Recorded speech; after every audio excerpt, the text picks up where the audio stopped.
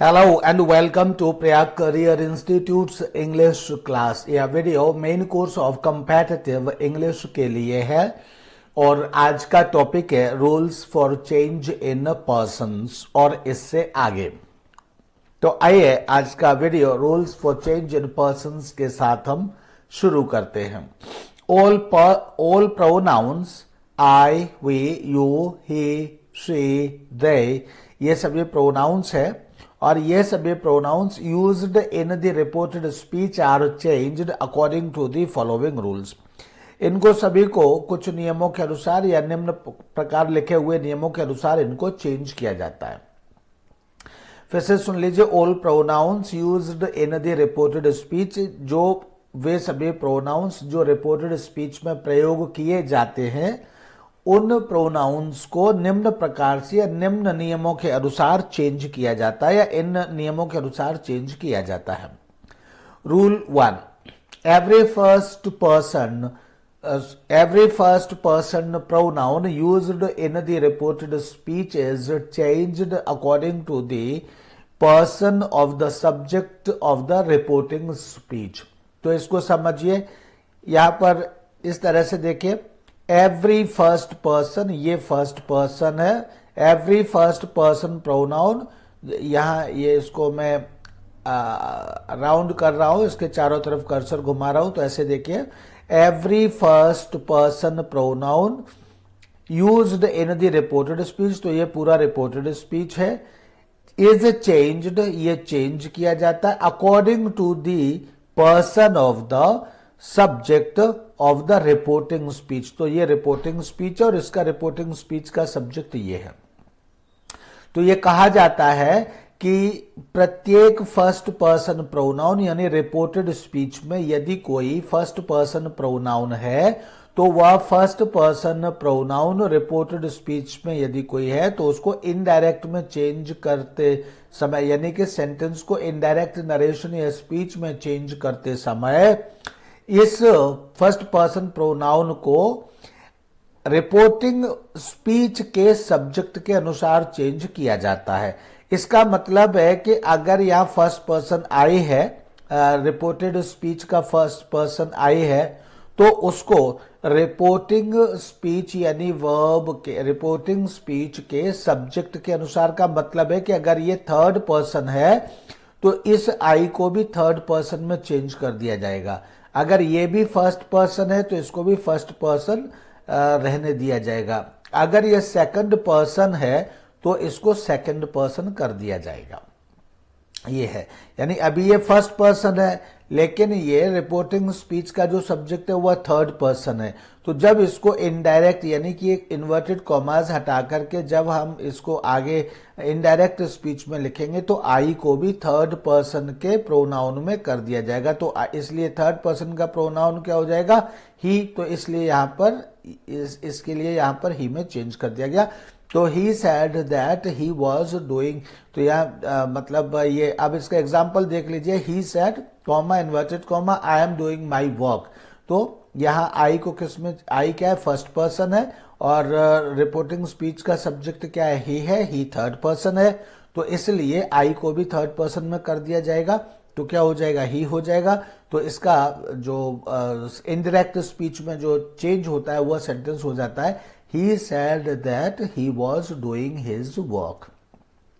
अब इसमें that कहां से आ गया ये पहले हम लोग पढ़ चुके हैं और was कैसे आ गया ये भी हम लोग पहले पढ़ चुके हैं, लेकिन एक बार मैं बता देता हूं कि ये जो इन्वर्टेड कॉमा हटाया है इसकी जगह पर इन दोनों सेंटेंसेस को कनेक्ट करने के लिए that लगाया है, क्योंकि ये सेंटेंस सिंपल है और सब्जेक्ट से स्टार्ट हो रहा है, इसलिए यहां हमने that लगाया है। और चूंकि इसका जो रिपोर्टिंग स्पीच है ये पास्ट में है, इसलिए इसका जो रिपोर्टेड स्पीच का जो प्रेजेंट है वह पास्ट में हो जाता है, इसलिए यहां वॉज लगाया है। एंड आई चूंकि फर्स्ट पर्सन है और वह ही के अकॉर्डिंग चेंज किया जाना, इसलिए यहां इसको ही लगाया है। बार बार ये चीज मैं नहीं बताऊंगा, एक बार मैंने आपको रिमाइंड करा दिया है। Rule 2, every second person pronoun in the reported speech is changed according to the object और predicate of the reporting verb.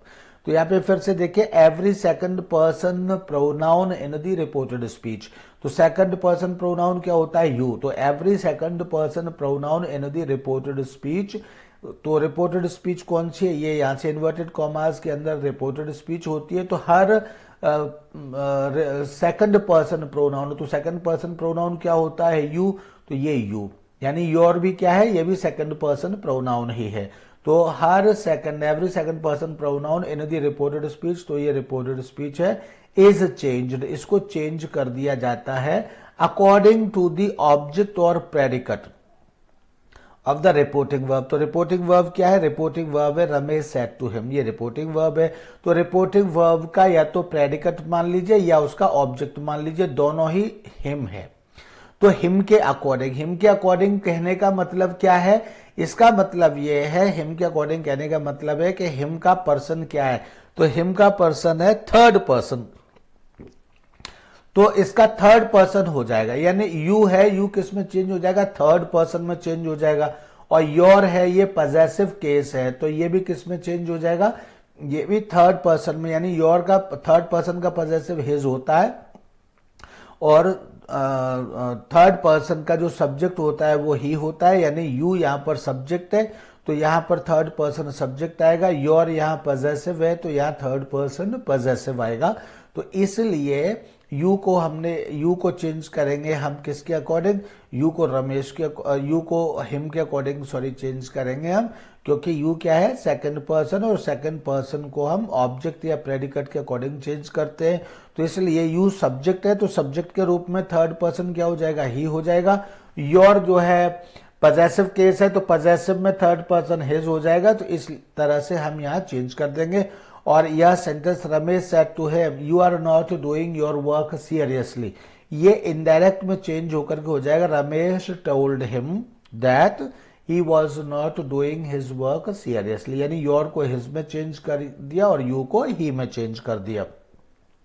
फिर से देख लीजिए रूल क्या है कि रिपोर्टेड स्पीच का सब्जेक्ट अगर सेकंड पर्सन हो, यानी रिपोर्टेड स्पीच में आया हुआ कोई भी प्रोनाउन, रिपोर्टेड यानी इन्वर्टेड कॉमास के अंदर आया हुआ कोई भी प्रोनाउन यदि सेकंड पर्सन है, तो वह सेकंड पर्सन रिपोर्टिंग स्पीच के ऑब्जेक्ट या प्रेडिकेट दोनों एक ही होते हैं के अनुसार। के अनुसार का मतलब है कि इसका पर्सन वही, यानी कि रिपोर्टेड स्पीच के प्रोनाउन का पर्सन वही होगा जो रिपोर्टिंग स्पीच के या रिपोर्टिंग वर्ब के ऑब्जेक्ट या प्रेडिकेट पार्ट का पर्सन होगा। तो इसका पर्सन है थर्ड पर्सन, तो यू भी किस में चेंज हो जाएगा? थर्ड पर्सन में चेंज हो जाएगा, यानी कि यहां ही हो जाएगा और यहां पर हिज हो जाएगा। तो इसलिए Ramesh told him that he was not doing his work seriously, ये Ramesh said to him you are not doing your work seriously का इनडायरेक्ट स्पीच हो जाता है, यानी Ramesh said to him you are not doing your work seriously, इसका indirect speech हो जाती है Ramesh told him that he was not doing his work seriously. Rule 3 third person pronoun remains unchanged, यानी थर्ड पर्सन प्रोनाउन जो होता है reported speech में वह अनचेंज्ड रहता है, यानी उसको चेंज नहीं किया जाता है। इसको इस टेबल में देख लेते हैं। All first persons changed according to the subject of the reporting verb, यानी कि जो भी फर्स्ट पर्सन होगा, फर्स्ट पर्सन का मतलब यह है कि अगर आई है तो आई और वी है तो वी, दोनों ही रिपोर्टिंग स्पीच यानी रिपोर्टिंग वर्ब के सब्जेक्ट के अकॉर्डिंग चेंज होंगे। ऑल सेकंड पर्सन्स का मतलब है यू, तो यू योर इस तरह से ये सभी जो भी सेकंड पर्सन होगा वो ऑब्जेक्ट पार्ट यानी कि रिपोर्टिंग स्पीच के ऑब्जेक्ट के अकॉर्डिंग या फिर प्रेडिकेट पार्ट के अकॉर्डिंग दोनों एक ही होते हैं। ऑब्जेक्ट पार्ट भी वही होता है और प्रेडिकेटिव पार्ट भी वही होता है, प्रेडिकेट पार्ट। तो इसलिए इन दोनों का, इसलिए क्या हो जाएगा, इसलिए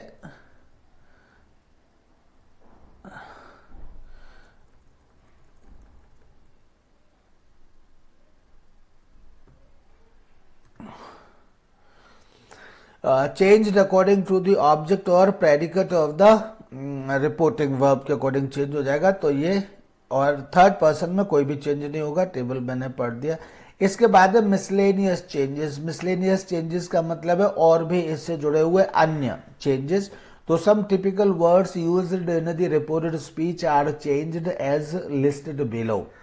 निम्न प्रकार से चेंज कर दिए जाते हैं जैसे, लेकिन ये ध्यान रखें ये सब तब चेंज किए जाते हैं यूजुअली जब रिपोर्टिंग स्पीच का टेंस पास्ट में होता है। जैसे नाउ है तो नाउ को देन में चेंज कर दिया जाता है। दिस और दीज है तो दैट और दोज में चेंज कर दिया जाता है। हिदर का दिदर में चेंज कर दिया जाता है। हियर का देयर में चेंज कर दिया जाता है। हैंस का देंस में चेंज कर दिया जाता है।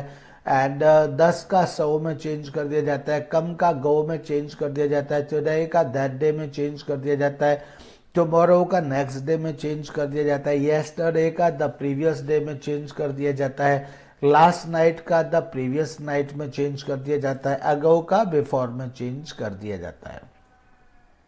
As for example, direct, he said I will do this work now. Indirect, he said that he would do that work then. तो यहाँ पर नाउ को किस में चेंज कर दिया है, देन में चेंज कर दिया है, देखेंगे। एंड आई को ही में चेंज कर दिया, विल को वुड में चेंज कर दिया, दिस को दैट में चेंज कर दिया है, इनको देखेंगे। इसी तरह से he said I came to this village long ago. तो यहाँ ही सैड दैट, आई को ही में चेंज कर दिया है, केम को हैड गॉन में चेंज कर दिया है, एंड दिस विलेज को दैट विलेज में चेंज किया है, लॉन्ग अगाउ को लॉन्ग बिफोर में चेंज कर दिया है। तो इसको क्यों क्यों कैसे कैसे चेंज कर दिया है देखेंगे आप। ये सभी रूल्स में आप पढ़ चुके हैं। इसके बाद है इंट्रोगेटिव सेंटेंसेस। तो इंट्रोगेटिव सेंटेंसेस में वैसे तो हम बात कर चुके हैं, इसमें और हम डिटेल में दोबारा से बात करते हैं इंट्रोगेटिव सेंटेंसेस के विषय में। तो interrogative sentences can begin in two ways. दो तरह से इंट्रोगेटिव सेंटेंसेस शुरू होते हैं। एक तो ऑक्सिलरी के साथ शुरू होते हैं, एक तो ऑक्सिलरी वर्ब के साथ शुरू होते हैं, और helping verb such as is, are, am, was, were, has, have, had, will, shall, do, did, does दो बार आया है, कैन, कुड, तो ये डबल लिख गया है, तो इनके साथ शुरू होते हैं।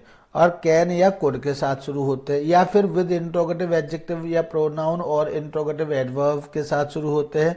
ये शब्द होते हैं,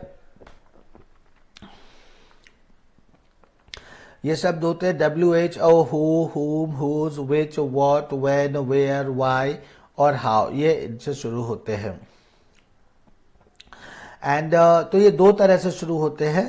तो इसमें वैसे तो ये सब हम पिछले उसमें पढ़ चुके हैं वीडियो में, लेकिन थोड़ा सा और इसको एक्सप्लेन करते हुए, we can make a change in the reporting verb according to the sense. हम सेंस के अकॉर्डिंग रिपोर्टिंग वर्ब में हम चेंज कर सकते हैं, but without making any change in its tense. लेकिन रिपोर्टिंग वर्ब के टेंस में हम कोई चेंज नहीं कर सकते हैं। For example, in place of said we can use asked, inquired, demanded, ये हम कह सकते हैं। यानी सैड जो है, सैड की जगह पर हम आस्क्ड ऐसे हम कह सकते हैं, आस्क्ड, इंक्वायर्ड, डिमांडेड, ऐसे हम कह सकते हैं। लेकिन हम इसका टेंस चेंज नहीं कर सकते। यानी सैड का जो पास्ट टेंस है वो हम यहाँ देखिए, आस्क्ड में भी हमने पास्ट टेंस लिखा है, इंक्वायर्ड में भी पास्ट टेंस लिखा है, और डिमांडेड में भी पास्ट टेंस लिखा है। तो इसी तरह से हम ये कर सकते हैं, लेकिन हम टेंस चेंज नहीं कर सकते। Rule 2, connective that is not used to join any kind of interrogative sentence. और यह भी ध्यान रखने की आवश्यकता है कि कनेक्टिव दैट को हम यूज नहीं करते हैं किसी भी इंट्रोगेटिव सेंटेंस में। अगर कोई सेंटेंस इंट्रोगेटिव है तो उसमें कनेक्टिव दैट नहीं आएगा बिल्कुल भी।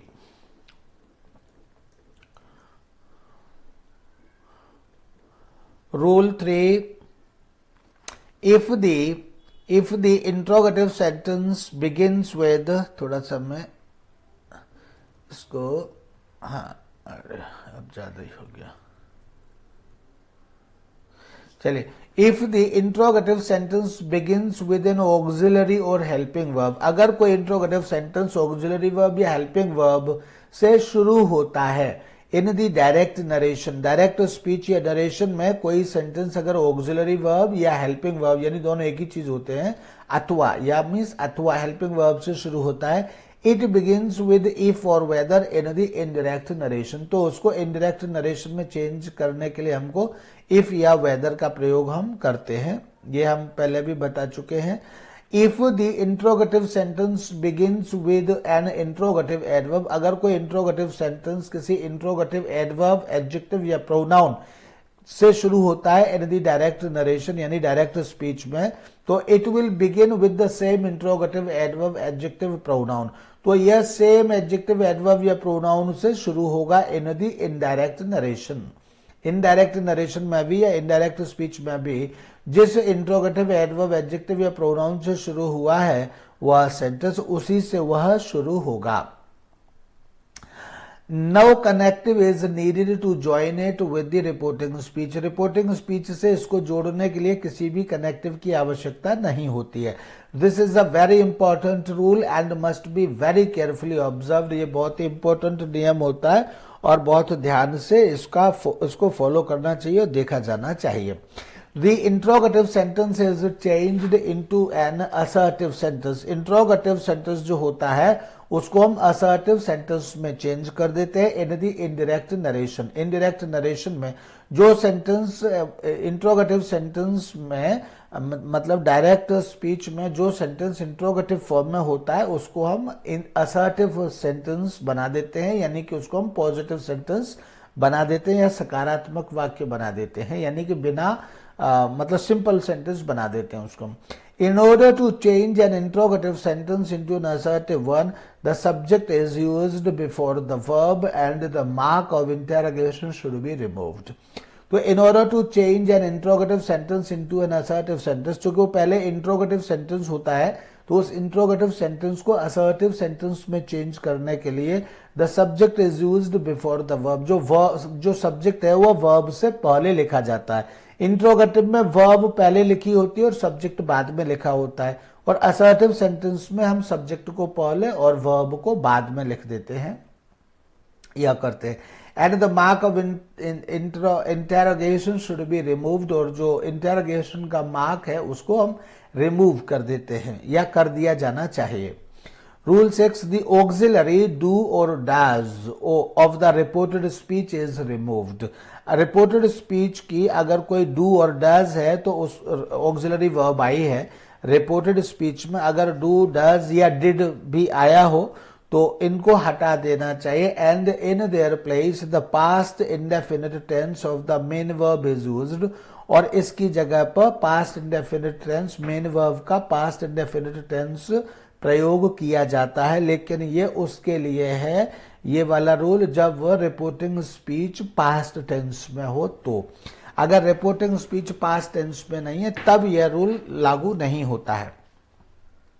फॉर एग्जाम्पल मतलब बाकी तो सब डू डज ये सब तो लागू होता है, सेंटेंस को मतलब सिंपल सेंटेंस बना देना चाहिए ये भी लागू होता है, लेकिन इंडेफिनेट पास्ट इंडेफिनेट में लिखना चाहिए ये लागू नहीं होगा। अगर डू डज आया है और रिपोर्टिंग स्पीच का जो सेंटेंस है वह प्रेजेंट में और फ्यूचर में है तब रिपोर्टिंग मतलब जो वर्ब है वर्ब हमेशा प्रेजेंट इंडेफिनिट टेंस में ही आएगी, जिसमें है उसी में आएगी। लेकिन अगर रिपोर्टिंग स्पीच की वर्ब पास्ट टेंस में है तो यही नियम चालू होगा। जैसे फॉर एग्जांपल लागू होगा, चालू होगा मतलब लागू होगा। Direct, he said to Ram, do you know his name, तो यहां पर देखिए ही सेड टू राम, तो ये रिपोर्टिंग स्पीच है। रिपोर्टिंग स्पीच की जो वर्ब है वह पास्ट इंडेफिनिट है या सिंपल पास्ट कहेंगे। तो जब पास्ट इंडेफिनिट है या सिंपल पास्ट है, इस कंडीशन में ये जो डू आया है डू को तो हटा दिया जाएगा, और चूंकि इस जब कोई सेंटेंस डू या डज से या किसी ऑक्सिलरी वर्ब से स्टार्ट होता है तो वेदर या इफ लिख दिया जाता है, और कनेक्टिव कोई नहीं लगाया जाता है तो या कनेक्टिव तो कोई नहीं लगाएंगे और उसकी जगह वेदर या इफ लिख देंगे, तो यहाँ पर वेदर लिख दिया गया है। उसके बाद यू है अकॉर्डिंग टू रूल के ऑब्जेक्ट के अकॉर्डिंग चेंज हो जाएगा। ऑब्जेक्ट थर्ड पर्सन है तो थर्ड पर्सन में प्रोनाउन क्या हो जाएगा, ही हो जाएगा, तो यह ही लिख दिया। एंड उसके बाद फिर क्या है कि चूंकि ये पास्ट टेंस में है, सैड पास्ट टेंस में, रिपोर्टिंग स्पीच की वर्ब पास्ट टेंस में है, तो इस रिपोर्टिंग स्पीच की वर्ब के अनुसार इसकी जो वर्ब है, रिपोर्टेड स्पीच की जो वर्ब है वह इसके अनुसार पास्ट टेंस में हो जाएगी, तो नो का न्यू हो जाएगा। ये तब होगा क्योंकि ये पास्ट में, अगर ये पास्ट में नहीं होता तो ये नो में ही रहता, यानी ये प्रेजेंट इंडेफिनिट टेंस में ही रहता और यहाँ ही नोज हो जाता, वेदर ही नोज हो जाता। अगर ये फ्यूचर या प्रेजेंट में होती वर्ब तो, चूंकि यह पास्ट में है इसलिए यहां नो को भी हमको पास्ट इंडेफिनिट टेंस में करना पड़ेगा, डू को खत्म करना पड़ेगा और इसको पास्ट इंडेफिनिट टेंस में करना पड़ेगा, जो कि यहां पर किया गया है। तो इस तरह से he said to Ram, do you know his name, इसका ये डायरेक्ट स्पीच या डायरेक्ट नरेशन में है ये सेंटेंस, और इसलिए इसका जो इनडायरेक्ट स्पीच या इनडायरेक्ट नरेशन होगा वो हो जाएगा he asked Ram whether he knew his name, he asked Ram whether he knew his name, ये हो जाएगा। और यहाँ पे देखिए इंट्रोगेटिव साइन लगाया हुआ है, लेकिन यहाँ पर इंट्रोगेटिव साइन नहीं लगाया हुआ है। Then is rule 7। रूल 7 में क्या है, the auxiliary did if the reported speech is removed and the past perfect form of the main verb is used. Auxiliary did, the auxiliary did if the reported speech is removed, अगर reported speech, तो did को if the reported speech is removed and the past perfect form of the main verb is used, तो मतलब अगर past perfect form use की जाती है तो क्या है, did को हटा दिया जाता है। जैसे इसमें कुछ सेंटेंस में कहीं कुछ मुझे लगता है गलती है, the auxiliary did is removed हो जाएगा if the reported speech, if the reported speech the auxiliary did is removed हो जाएगा and the past perfect form of the main verb is used। तो अगर मतलब रिपोर्टेड स्पीच पास्ट इंडेफिनिट में है ये हो जाएगा, मतलब अगर डिड है, if the auxiliary is did ऐसे हो जाएगा, द ऑक्सिलरी डिड। चलिए मैं इसको यहां से हटा देता हूं, द इफ, ये एक्चुअली इफ प्रॉब्लम कर रहा है, ये है वास्तव में पूरा, ये एक वर्ड गलत होकर के इसने, हाँ, तो the auxiliary did of the reported speech, अब ठीक है, the auxiliary did of the reported speech, यानी अगर रिपोर्टेड, ये मैंने उधर पीछे ही डिस्कस कर लिया था, अगर रिपोर्टेड स्पीच में डिड आया है तो डिड आया है तो फिर इस डिड को हटा दिया जाएगा, इज रिमूव्ड यानी इसको हटा दिया जाएगा, and the past perfect form of the main verb is used, और इसकी जगह पर पास्ट परफेक्ट फॉर्म यूज की जाएगी। जैसे for example I said to him, I said to him, मैंने उससे कहा, did you go to school yesterday, तो ये देखिए ऑक्सिलरी वर्ब डिड से स्टार्ट हुआ है, तो इस रूल के मुताबिक क्या जाएगा, डिड को हटा दिया जाएगा यहां से और इसकी जगह वेदर लगाया जाएगा और इसके अनुसार यह पास्ट परफेक्ट टेंस का प्रयोग किया जाएगा। तो यहाँ पे देखिए, I asked him whether he had gone to school the previous day, yesterday का प्रीवियस डे में चेंज हो गया और ये डिड का पास्ट परफेक्ट में चेंज हो गया, तो I asked him whether he had gone to school the previous day, इस तरह से ये हो गया। इसी तरह से rule 8, if the reported speech has do not और डज नॉट, अगर रिपोर्टेड स्पीच में डू नॉट और डज नॉट आया हो in the indirect narration, indirect narration में it will have did not plus first form of the verb, तो इसमें it will have, तो इसको did not plus first form of the verb हो जाएगा। जैसे ये क्या है, इनडायरेक्ट नरेशन में, अच्छा, इन the indirect narration it will have did not plus first form of the verb, अगर रिपोर्टेड स्पीच में डू नॉट और डज नॉट आया हो तो इनडायरेक्ट नरेशन में ये डिड नॉट हो जाएगा प्लस फर्स्ट फॉर्म हो जाएगा। जैसे he said to Ram, do you not know me, तो क्या हो जाएगा, do you not know me, तो क्या हो जाएगा, ही आस्क्ड राम, डू की जगह तो क्या हो जाएगा वेदर। अब चूंकि ये नॉट तो लगाना ही है तो इसको नेगेटिव बनाना है, तो नेगेटिव कैसे हो जाएगा, डू की जगह ये डिड नॉट हो जाएगा, यानी ये जो डू है वो सब्जेक्ट के बाद आ जाएगा, और चूंकि पास्ट में बनाना है तो डू नॉट की जगह डिड नॉट हो जाएगा, लेकिन सब्जेक्ट के बाद आएगा। तो ही asked Ram whether he did not know him, तो ये ऐसे हो जाएगा।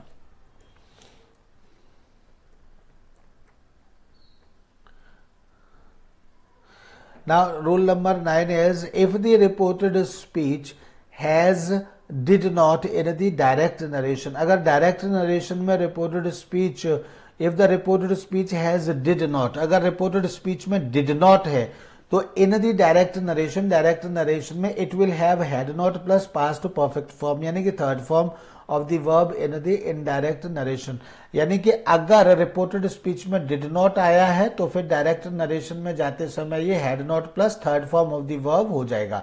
जैसे for example I said to him did you not promise to come, तो ये डिड पहले तो डू नॉट था, यहां पर क्या है डिड यू नॉट प्रॉमिस, तो ये डिड यू नॉट किस में हो जाएगा, had you had not promised में हो जाएगा, यानी यू हैड नॉट प्रॉमिस्ड। अब यू को मैंने कह दिया यू हैड नॉट प्रॉमिस्ड, इसका मतलब यू ही नहीं हो जाएगा, यू को जो किसमें यहां पर मैं समझाने के लिए मैंने यू हैड नॉट कह दिया है, लेकिन जब इस यू को इनडायरेक्ट में चेंज करेंगे तो यू भी चेंज हो जाएगा, तब यू चेंज हो जाएगा तो किसके अकॉर्डिंग होगा, सेकेंड अपने ऑब्जेक्ट के अकॉर्डिंग होगा, तो ऑब्जेक्ट के अकॉर्डिंग ये भी क्या हो जाएगा थर्ड पर्सन, तो थर्ड पर्सन के according he had not promised हो जाएगा।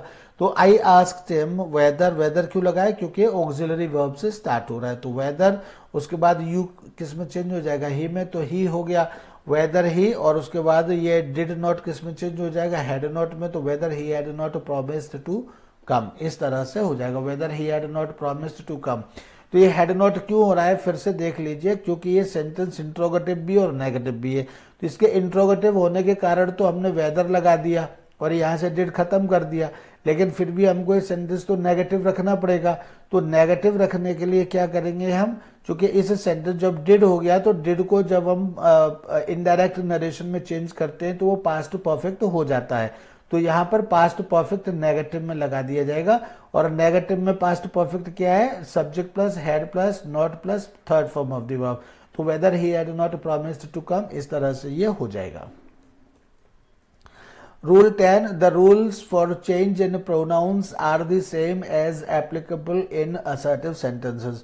The rules for change in pronouns, pronouns को change करने के जो rules हैं are the same as applicable in the assertive, मतलब जैसे assertive sentences में होता है वैसे ही किसी भी प्रकार के sentence में rules for change in pronouns माने जाते हैं, यानी प्रोनाउंस का पर्सन चेंज करने के लिए हर प्रकार के सेंटेंस में वही रूल फॉलो किए जाते हैं जो हम पढ़ चुके हैं। नाउ इज इंपेरेटिव सेंटेंसेस, तो इंपेरेटिव सेंटेंसेस में हम क्या पढ़ेंगे, इंपेरेटिव सेंटेंसेस में हम पढ़ेंगे the sentences which carry the sense of order, request, wish, advice, etc. are called imperative sentences. तो ऐसे sentences जिनमें ऑर्डर का भाव होता है या सेंस होता है या अर्थ होता है, रिक्वेस्ट का सेंस होता है या अर्थ होता है, या विश यानी किसी को शुभ इच्छा देने का विश सेंस होता है या अर्थ होता है, या फिर एडवाइस यानी कि सलाह देने का सेंस होता है, आर कॉल्ड इंपेरेटिव सेंटेंसेस, तो उनको हम इंपेरेटिव सेंटेंसेस कहते हैं।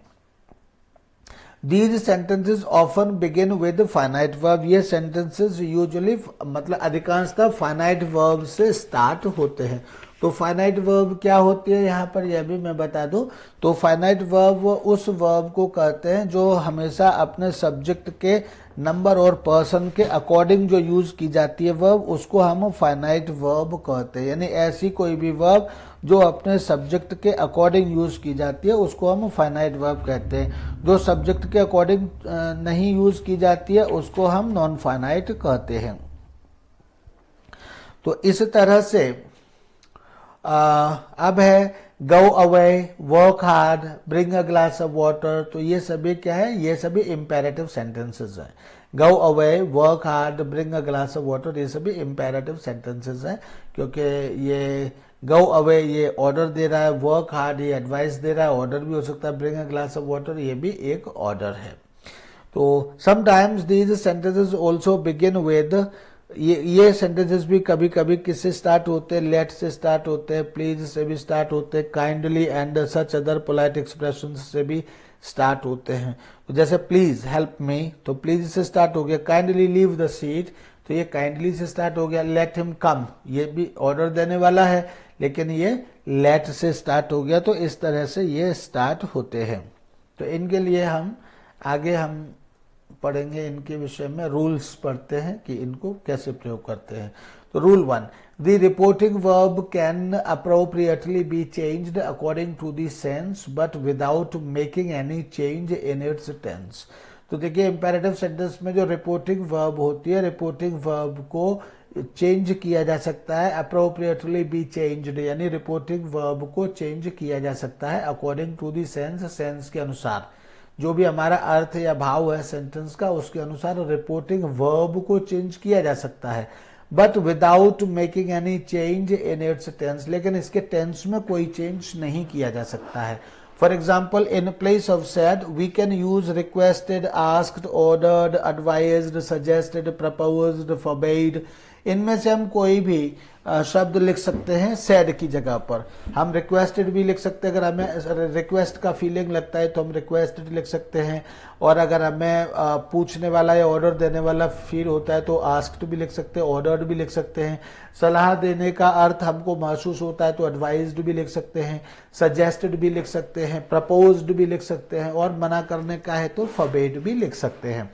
तो लेकिन देखिए सैड का टेंस क्या है, पास्ट इंडेफिनिट है, तो ये भी सब पास्ट इंडेफिनिट टेंस में ही है, यानी टेंस चेंज नहीं हो सकता है, सिर्फ वर्ब चेंज हो सकती है। यानी से की जगह रिक्वेस्ट हो सकता है, आस्क हो सकता है, ऑर्डर हो सकता है, एडवाइज हो सकता है, या सैड की जगह पर रिक्वेस्टेड हो सकता है, आस्क्ड हो सकता है, ऑर्डर हो सकता है, एडवाइज्ड हो सकता है, सजेस्टेड हो सकता है, प्रपोज्ड हो सकता है, फॉरबेड हो सकता है, लेकिन टेंस चेंज नहीं हो सकता। तो इस तरह से ये इसका फर्स्ट रूल है। सेकंड रूल क्या है, सेकंड रूल है the reported verb is changed into an infinitive to plus verb. इसकी जो रिपोर्टेड वर्ब होती है वो इन्फिनेटिव में चेंज हो जाती है, यानी टू प्लस वर्ब, यानी first form of the verb से सेंटेंस शुरू होता है तो first form of the verb की जगह, यानी first form of the verb से पहले टू और लगा दिया जाता है। No other changes made in the verb, और वर्ब में कोई दूसरा चेंज नहीं किया जाता है। Direct, the teacher said to the students, teacher ने स्टूडेंट्स से कहा वर्क वेरी हार्ड, मतलब बहुत कठिन परिश्रम करो। तो ये क्या है, वर्क वेरी हार्ड, यानी कि first form of the verb से सेंटेंस स्टार्ट हो रहा है। और इस तरह से क्या है, यहां सेड आया है, देखिए ये रिपोर्टिंग है और ये रिपोर्टेड है, तो first form of the verb से स्टार्ट हो रहा है। Indirect, the teacher advised the students, तो यहां जैसा कहा गया था कि सैड को रिक्वेस्टेड, आस्क्ड, ऑर्डर्ड में चेंज कर सकते हैं, तो यहां सैड को एडवाइज्ड में चेंज कर दिया गया है। The teacher advised the students, और फिर ये इसको क्या बना दिया, इन्फिनेटिव। तो इन्फिनेटिव बनाने का मतलब क्या है कि ये फर्स्ट फॉर्म थी और इससे पहले टू और लिख दिया, तो टू वर्क वेरी हार्ड हो गया। तो इस तरह से the teacher advised the students to work very hard हो गया, यानी कि first form of the verb से पहले टू और लिख दिया, या यूं कह के इसको इन्फिनेटिव बना दिया। If the reported speech begins with do not, अगर रिपोर्टेड स्पीच डू नॉट से शुरू होती है, रिपोर्टेड स्पीच डू नॉट से शुरू होती है, यानी जो यहां वर्ब से स्टार्ट हुआ उसकी जगह डू नॉट आ जाता है। वी रिमूव डू, हम जो है डू को हटा देते हैं, and the main verb is changed into infinitive, और जो मेन वर्ब है उसको हम इन्फिनेटिव में चेंज कर देते हैं। इन्फिनेटिव में चेंज करने का मतलब है कि उसके साथ हम टू लगा देते हैं, यानी first form of the verb के बाद हम टू लगा देते हैं। जैसे for example, My father said to me, don't go there. Don't go there means do not go there. My father said to me, don't go there.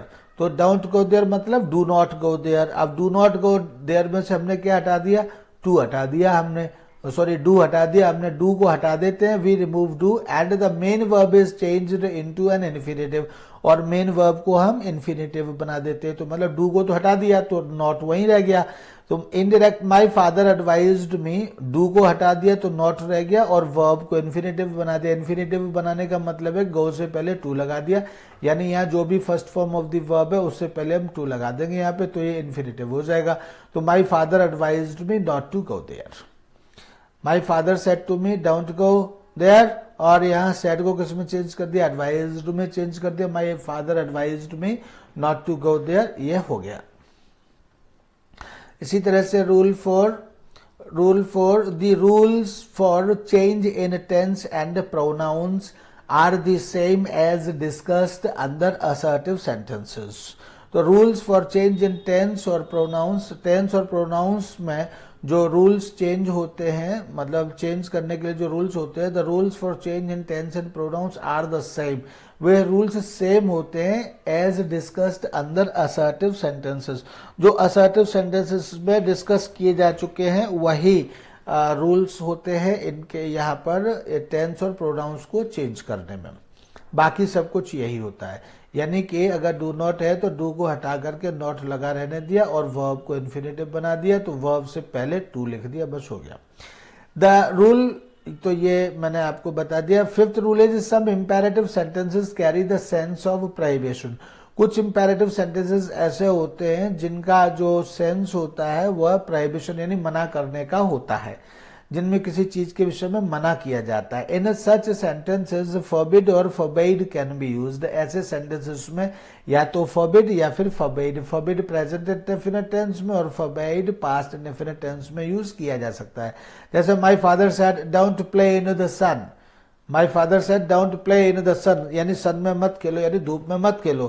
तो indirect my father forbade me to play in the sun, तो यहाँ पर don't को हमने to play में change कर दिया और नॉट को हमने फॉरबेड में, नॉट प्लस सेड को हमने फॉरबेड में कह दिया। My father forbade me to play in the sun. इस तरह से इस वर्ब को हम फॉरबेड या फॉरबेड में चेंज कर देते हैं, यानी नॉट यहाँ से नॉट आ जाता है और यहाँ से से आ जाता है या सेड आ जाता है, दोनों को मिलाकर के फॉरबिड या फॉरबिड हम बना देते हैं। तो इस तरह से ये आपका इंपेरेटिव सेंटेंस के विषय में सेक्शन फिनिश होता है। इसके बाद है एक्सक्लेमेटरी सेंटेंसेस। तो एक्सक्लेमेटरी सेंटेंसेस को चेंज करने में क्या होता है, the sentences which carry the sense of sudden joy, sorrow, wonder, disappointment are called exclamatory sentences. ऐसे सेंटेंसेस जो सडन मतलब अचानक कोई प्रसन्नता देते हैं या कोई दुख देते हैं या कोई आश्चर्य देते हैं या फिर कोई डिसअपॉइंटमेंट देते हैं, आर कॉल्ड एक्सक्लेमेटरी सेंटेंसेस। इनको हम एक्सक्लेमेटरी सेंटेंसेस कहते हैं या इनको एक्सक्लेमेटरी सेंटेंसेस कहा जाता है।